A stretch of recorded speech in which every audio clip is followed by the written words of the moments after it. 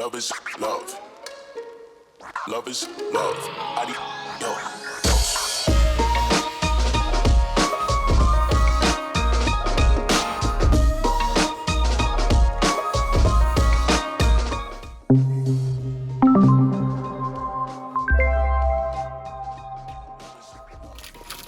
Dylan's new tank has arrived. Is that it?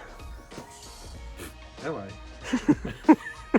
Oh, dude, that tank is sick. Dude, this is like a million times better than the other tank, just saying.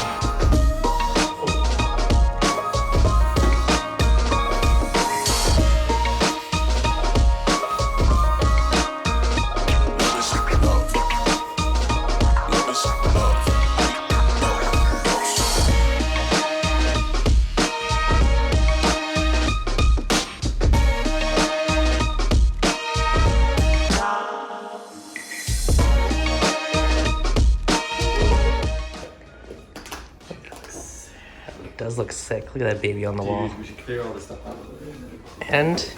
And it's level. So we just installed the overflow. I got the eShops overflow, and look at this. To the millimeter. That baby just fits. Super minimalistic and sleek, which looks awesome. And we have the return nozzle, which Dylan wants to ditch this one, so we're just got the hole coming out, so it's super duper minimalistic. We also planned this one out nicely so that there is that bit of a drop there. So if we put a mesh top on, it will still sit flush on the tank without having to deal with any weird little things, so we'll keep it nice and sleek. Now a little bit of a magic behind the supports for the floating tank. You can see like Dylan beefed the heck out of these joists. So we had our original one, plus all these extra 2x4s to kind of beef it up. So this is a lot of wood. They're all cross drilled together to kind of bolt them together. As well as you'll see these big leg bolts. So we got those two leg bolts are actually connected to the stair stringer. So if you look through here, you can see them on the back. So lots and lots of wood in here. We also have one going through each of the main bottom bolts. So this plate has a carriage bolt all the way through, which is going through the stud and also through this 3/4 inch plywood on the back of the wall. So lots and lots of support here. Again, we also have a nice big chunk of plywood on top. We got a leveling mat, and we got lots of metal bars to kind of reinforce that and give it a nice solid base. So the tank is on the wall, and we got the dual AI primes on it. Everything is doing good. Now we did actually build this little stand underneath just as kind of a little safety thing when we're filling it. It's now been up for probably about a good 3 weeks now, and it hasn't budged. So far everything is great with our supports. So today we're gonna hook up the sump. So we got this nice big tank, glued in a couple baffles, and we got the high door return pump, which we're gonna be using. So nice quiet DC pump. We got the auto aqua, which we're gonna do for some auto water changes, and Inkbird for a little bit of temperature controller. And for the skimmer, we got a Vertex, I think it's a 180. And if we come behind to the sump room, got this lovely little room under the stairs, and this is where you can see the back of the tank. So a lot of people are asking more questions of kind of how it was set up, how it's reinforced. So doubled up and added a bunch of reinforcements to the 2x4s as well as some horizontal ones. And we also have a bunch of lag bolts through each of the brackets, as well as a carriage bolt that goes through each of the main studs. Now there's also the two that were touching the stair stringer. We also got two carriage bolts through there. So it really sandwiches all together. And then a big chunk of 3/4 ply on the back to kind of suck it all together. So this is our return hose, which kind of fish through the wall. Same thing with our lights. Just poke that through the wall, keep it nice and clean. And we got our overflow. So today we're gonna see if we can use some kind of spall flex, and we're just plumbing the sump. It's on there. And looking at the spall flex, we kind of fit it in there, but it does kind of torque and put a bit of stress. So I think we're gonna notch that out just right below that knot, just to get that little bit of strain relief. And then we can get our drain lines hooked up.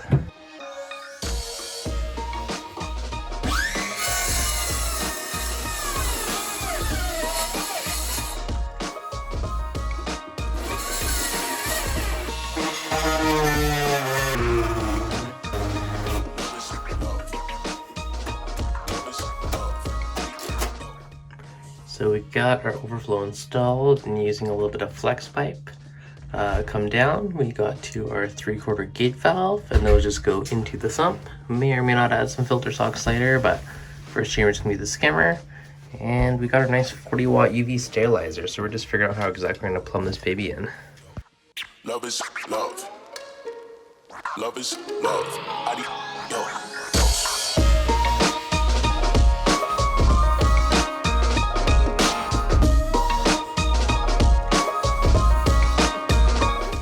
So it's been a long time in the progress. How's it feel to finally have the floating tank done and up on the wall? Well, it's not done, but it's still, you know, pretty amazing. We've come a long way, so yeah, I'm really excited. It's we've definitely done a lot more than I initially expected. It's like surpassed my dreams. That's awesome. Yeah. And it really fits the space well. Like the decor, everything, it just looks awesome. Love it. Yeah, I don't think you've seen my full space yet, but yeah, I think it really matches everything in my place. It's like, you know, living wall art. So if I could put everything on my walls, I would, right?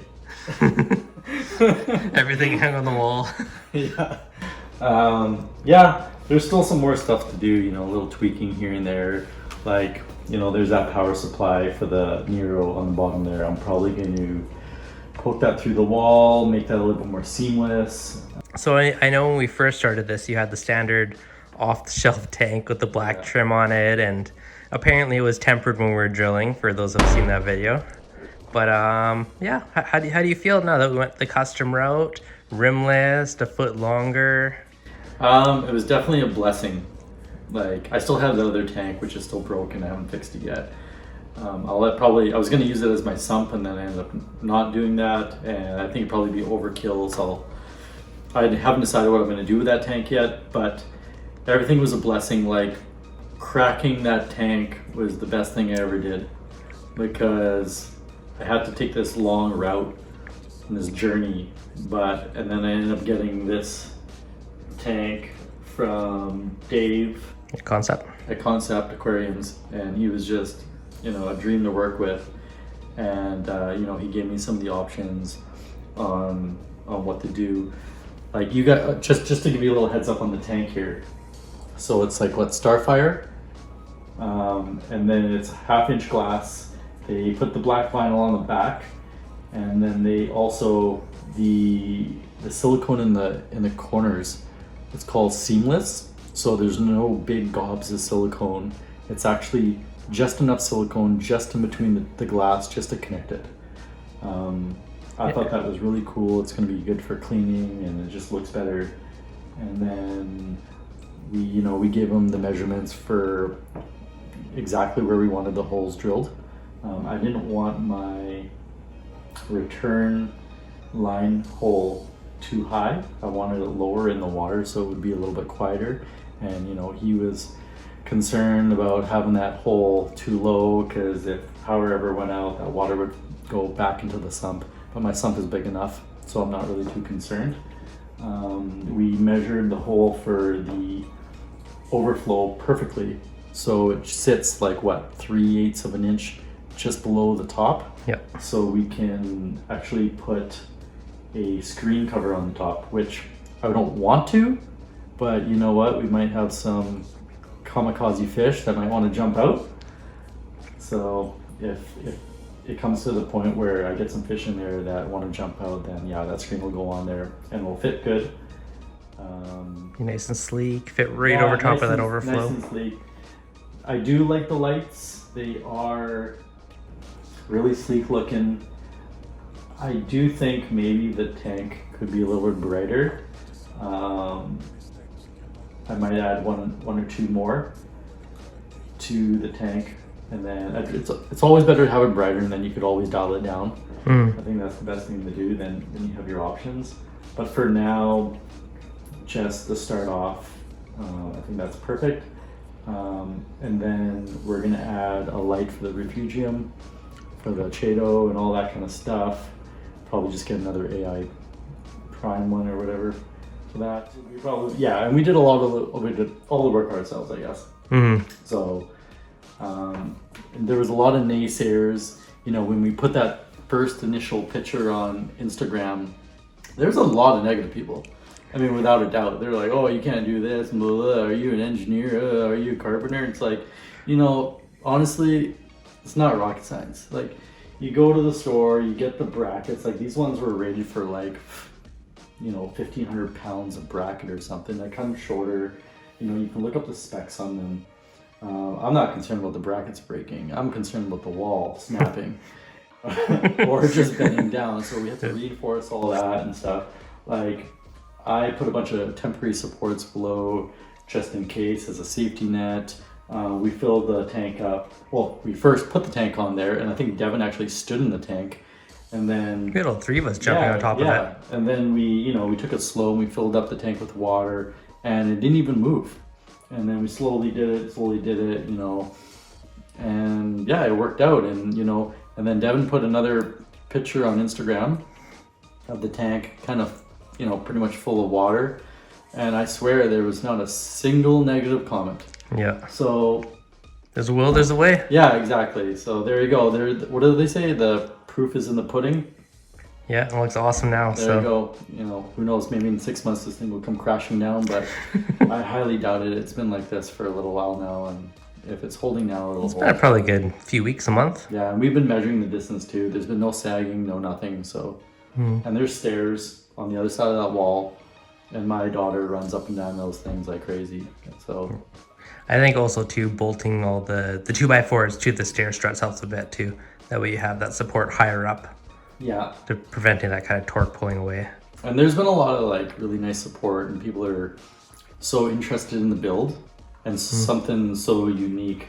They wanted to have some input, or they wanted to help out. I had some of Devin's friends come over, and they're like, oh, they wanted to look at it, and they wanted to, give their ideas, which, big thanks to all of them for doing that, because that was really nice. They didn't have to do that. But yeah, I think it just worked out amazing. I mean, I can't ask for anything better. I know this is my first tank. I honestly think it's gonna be my biggest tank for years to come. If I do get another tank, it'll be something a lot smaller for sure. Because I don't know where I'd put it, but I love this tank. I can see it from everywhere in my main room. Yeah, looks awesome. Yeah. Definitely a unique build, and I love pushing the boundaries. Like, you just get such cool stuff when you think outside the box and make something amazing.